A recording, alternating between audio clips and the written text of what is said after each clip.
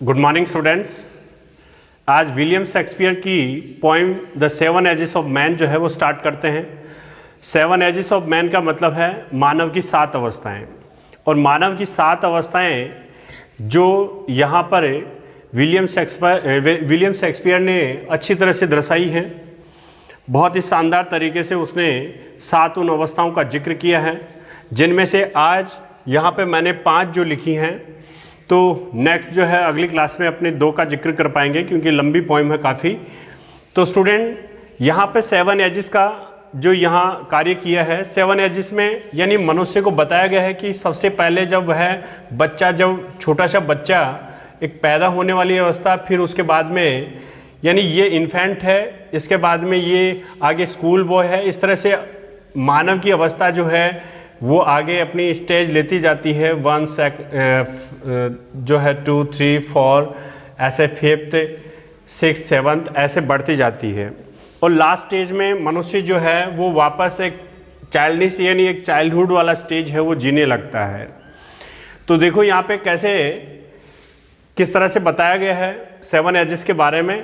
तो फर्स्ट यहाँ पे उसने जिक्र किया कि ऑल द वर्ड्स स्टेज, यानी विलियम शेक्सपियर ने ये बात कही कि पूरा विश्व एक मंच है।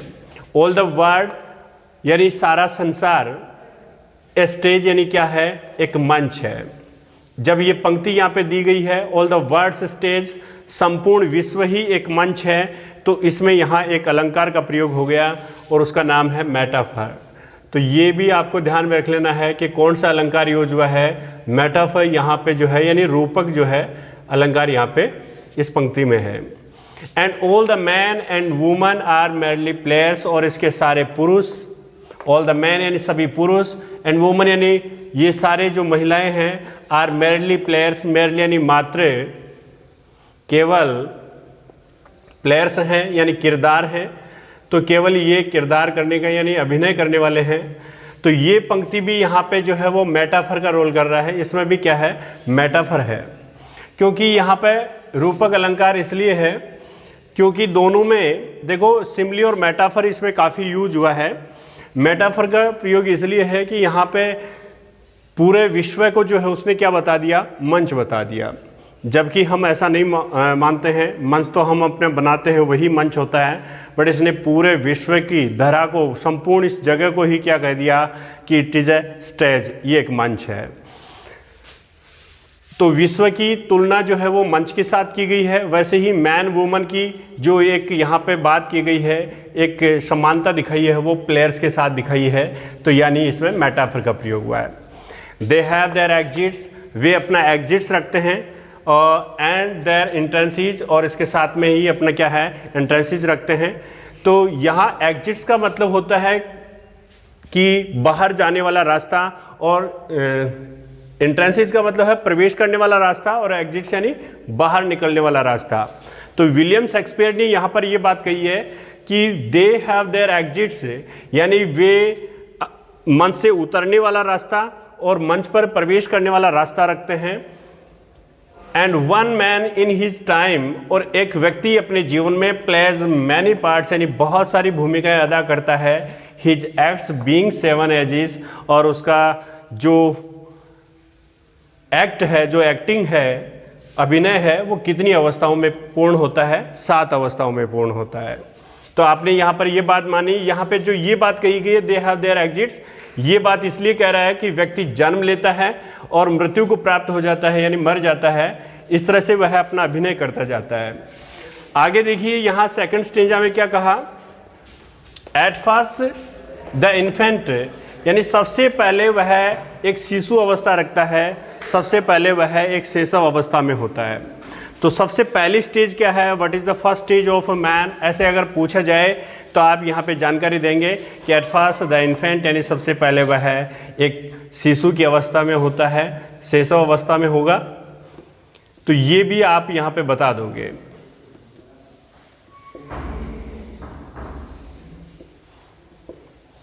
Mewling and packing in the nurse arms, वह जो नर्स होती है, जो पालन पोषण करने वाली होती है, तो पालन पोषण करने वाले की जो बाहें हैं, जो भुजाएं हैं, उनमें ये म्यूलिंग करता है यानी क्राइंग करता है, और पकिंग का मतलब है उल्टी करना। तो यहाँ फर्स्ट स्टेज में हमें ये जानकारी मिली कि वह मात्र एक इन्फेंट होता है, यानी जन्म लेने वाला नवजात शिशु है, और वह नर्स की आर्म्स में क्या करता है, म्यूलिंग एंड पकिंग करता है। आपको बात ये याद रखनी है कि सबसे पहली स्टेज का जो फंक्शन है, जो कार्य है, वो क्या है, तो आप ये बात यहाँ पर बता सकते हो। चलो ये पहला स्टेज हो गया। Then the weaning school boy, उसके बाद में दूसरी स्टेज शुरू हो जाती है, और दूसरी स्टेज जो है वो क्या है, स्कूल बॉय की है। और वीनिंग का मतलब क्या है, शिकायत करने वाला। तो शिकायती एक स्कूल बॉय है विथ ही सेचल, जो अपना सेचल साथ में रखता है, अपने सेचल को लगाए रखता है, and shining morning face creeping like snail. और इस तरह से वह अपना एक चमकता हुआ चेहरा, एक भोर के समय का, मॉर्निंग यानी सुबह का, शाइनिंग यानी चमकता हुआ, फेस एंड चेहरा, तो भोर के समय के चमकते चेहरे को लेकर क्रीपिंग यानी चलता है, लाइक स्नेल यानी घोंगे की तरह। तो एक घोंगे की तरह वह चलने का कार्य करता है, घोंगे की तरह चलता है, यानी एक जो समुद्री जीव है, एक छोटा कीड़ा है, उसकी तरह ये क्या करता है, चलने का कार्य करता है। तो यहाँ पे देखिए सेकंड स्टेज का यहाँ जो एक आपको जो खासियत मिला, जो खूबी मिला है, तो वो आपको बताना है कि वह शाइनिंग मॉर्निंग फेस लिए एक स्नेल की तरह चलने लगता है, और अनविलिंगली टू स्कूल यानी विद्यालय जो है वो अनिच्छा से जाने का कार्य करता है। तो यहाँ पे फर्स्ट और सेकंड स्टेज होगी क्लियर। आपको यहाँ देखो लाइक स्नेल जो मिला है, इसमें आप कहोगे कि कौन सा अलंकार है, तो आप कहोगे इसमें सिमली यूज हुआ है। ये भी आप याद रख लीजिए साथ साथ में। शाइनिंग मॉर्निंग फेस जो है ऐसा यहाँ पे दिया गया है, तो इसमें जो है एक मेटाफर जो यूज हुआ है, तो ये सब आप थोड़ा सा ध्यान रख लें। तीसरी स्टेज में क्या कहा, एंड देन द लवर, और उसके बाद में जो है तीसरी अवस्था मनुष्य की आती है, वह एक प्रेमी की होगी। साइंग लाइक फर्नेस, और वह किसकी तरह आहें भरने लगता है, यानी जैसे ही वह तीसरी अवस्था में आता है तो वह साइंग करता है। साइंग का मतलब आहें भरना। लाइक फर्नेस यानी भट्टी की तरह, और वह एक भट्टी की तरह आहें भरता है। अब देखो साइंग लाइक फर्नेस ये वाला है, जब हम किसी की ऐसे किसी चीज़ से तुलना करें दो असमान चीज़ों के साथ, यानी असमान चीज़ों के साथ किन्हीं भिन्न चीज़ों के साथ जब समानता दिखाई जाती है, तुलना की जाती है, तो यहाँ पे वो सिमली होगी। और आपको ध्यान में रखना है जहाँ पे लाइक आ रहा है, जैसे लाइक स्नेल, लाइक फर्नेस, तो इसमें सिमली का यूज हुआ है। तो ये आप अलंकार भी ध्यान में रखोगे। और यहाँ पे कह रहे हैं, and then the lover sighing like furnace with a woeful ballad. Woeful ballad का मतलब होता है गीत, और वोफुल का मतलब है दर्द भरा, और वह दर्द भरा गीत गाने लगता है। मैड यानी जो बनाता है, to mistress his mistress eyebrow, यानी अपनी जो मिस्ट्रेस है, अपनी जो प्रेयसी है, प्रेमिका है, उसकी बोहें, आईब्रो का मतलब यहाँ पे सुंदरता है, यानी उसके सुंदरता, अपनी प्रेमिका के सुंदरता के लिए जो उसने गीत बनाए थे, वो दर्द भरे गीत जो है वो गाने लगता है। तो ये कौन सा स्टेज है, ये थर्ड स्टेज है, जिसमें वह इस तरह का एक्शंस करता है। तो ये भी आपको ध्यान में रखना है। आगे स्टूडेंट देखिए फोर्थ स्टेज में देन ए सोल्जर, उसके बाद में वह एक सिपाही का रोल करता है, एक सैनिक का रोल करता है।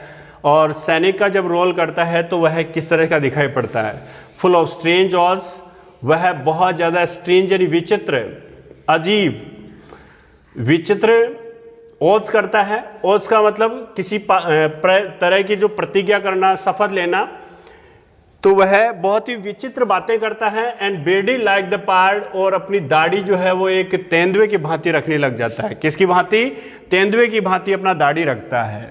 तो यहाँ पे बियर्डी लाइक द पार्ड है, इसमें भी जो अलंकार प्रयोग वह है वो क्या है, सिमली है। जेलस इन ऑनर, और सम्मान के लिए वह जेलसी फील करता है, यानी उसे जो है इस अवस्था में सम्मान अगर कम मिलता है, वह अन्य अपने घर के सदस्यों को देख करके वह अपनी स्टेज जो है यानी फिफ्थ स्टेज होती है जो अपने यहाँ पे आगे जो अपने बनाएंगे, जो पांचवी स्टेज है वो जस्टिस की है, और जस्टिस से ये नीचे जो स्टेज है सोल्जर, तो वह हमेशा ऑनर के लिए जो है वो एक तड़प दिखाता है, ऑनर के लिए जेलसी फील करता है। तो jealous in honour, sudden and quick in quarrel, अचानक से वह क्या करने लगता है, झगड़ा करने लगता है। तो यहाँ पे ये आप चौथी स्टेज में ध्यान दें कि the fourth stage have mention about a soldier, और soldier full of strange oaths and bearded like the pard, jealous in honour, और सडन यानी अचानक से, क्विक इन क्वेल यानी तत्परता से वह क्या करता है, क्वेल यानी झगड़ लेता है, झगड़ा करता है। सीकिंग द बबल रेपुटेशन, और वह यहां पे देखिए सीकिंग द बबल रेपुटेशन, इस पंक्ति में भी मेटाफर का यूज हुआ है। सीकिंग द बबल रेपुटेशन यानी बबल यानी बुलबुले हैं, रेपुटेशन यानी प्रतिष्ठा है। बबल का मतलब क्या हो गया, बुलबुले, और रेपुटेशन का मतलब हो गया प्रतिष्ठा। और सीकिंग यानी चाहना, यानी बुलबुलों के सम्मान प्रतिष्ठा पाने के लिए वह तुरंत से झगड़ा करता है, ऐसे अपने सम्मान के लिए वह जेलसी होता है। और even in the cannons mouth, और यहां तक कि वह तोप के मुंह के सामने खड़ा होता है। यानी even in the cannons mouth यानी वह किसके मुंह के सामने आ जाता है, तोप के मुंह के सामने भी आने के लिए क्या हो जाता है, तैयार हो जाता है। तो देखो even in the cannons mouth यानी तोप के कभी मुख नहीं होता है, तो इसमें तोप का मुंह बताया गया है। इसका मतलब निश्चित रूप से यहाँ पे एक पर्सोनिफिकेशन किया गया है, मानवीकरण किया गया है। तो आप यहाँ पे ये बात भी बता दोगे कि इसमें पर्सोनिफिकेशन है, मानवीकरण अलंकार जो है वो यहाँ पे यूज हुआ है, अवतार कह दीजिए या मानवीकरण अलंकार। तो यहाँ पर even in the cannons mouth यानी चार जो पंक्तियां दी है सोल्जर से संबंधित, कि सोल्जर है वो बुलबुलों के सम्मान यानी क्षणिक जो प्रतिष्ठा पाने के लिए वह लड़ाई झगड़ा करता है, वह उस बुलबुलों के सम्मान यानी थोड़े से समय की प्रतीक्षा के लिए जो है वो अपने जीवन को भी संकट में झोंक देता है। इट मीन्स कैनन्स माउथ यानी तोप के मुख के सामने वह जो है वो जाने को तैयार होता है। तो ये सब बातें यहाँ पे आपको सामने मिल रही हैं, किसके लिए, सोल्जर के लिए।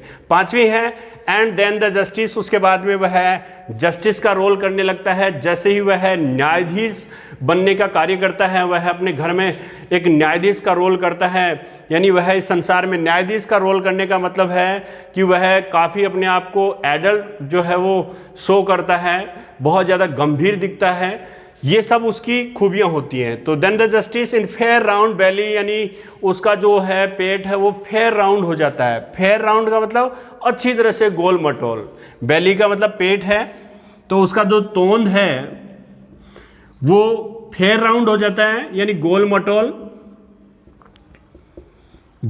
तोंद वाला बन जाता है विद गुड कैपन लाइन। यानी कैपन का मतलब होता है जो अभी मुर्गे का मांस,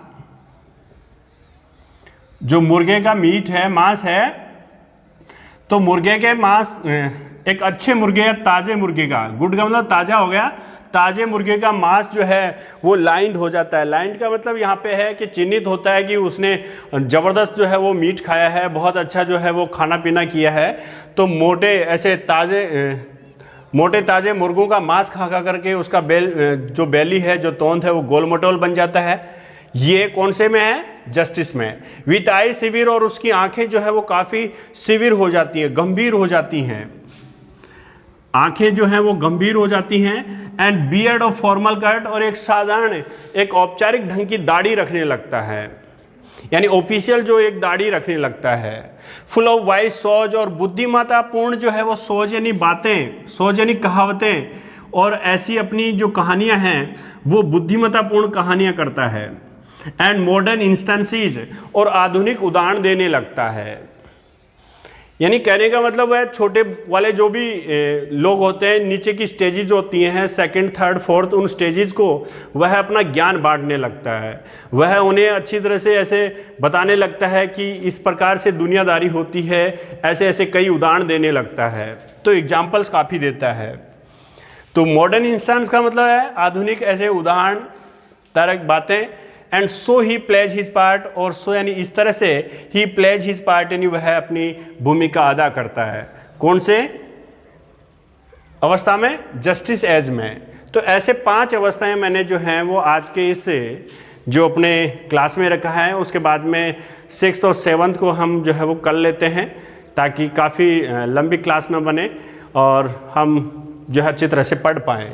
ओके स्टूडेंट्स, कल अपने आगे देखते हैं। आपको 5 जो यहाँ पे स्टेजेस दिए हैं उनको अच्छी तरह से देख लेना है। आपको यहाँ पे टोटल का रोल बताना होगा कि what is role in the first stage, second stage, third stage, fourth stage and fifth stage. सबका एक्शंस, जो एक्शंस हुआ है और जो भी उनकी कैरेक्टरिस्टिक्स है वो सब बतानी होती हैं। Okay, thank you.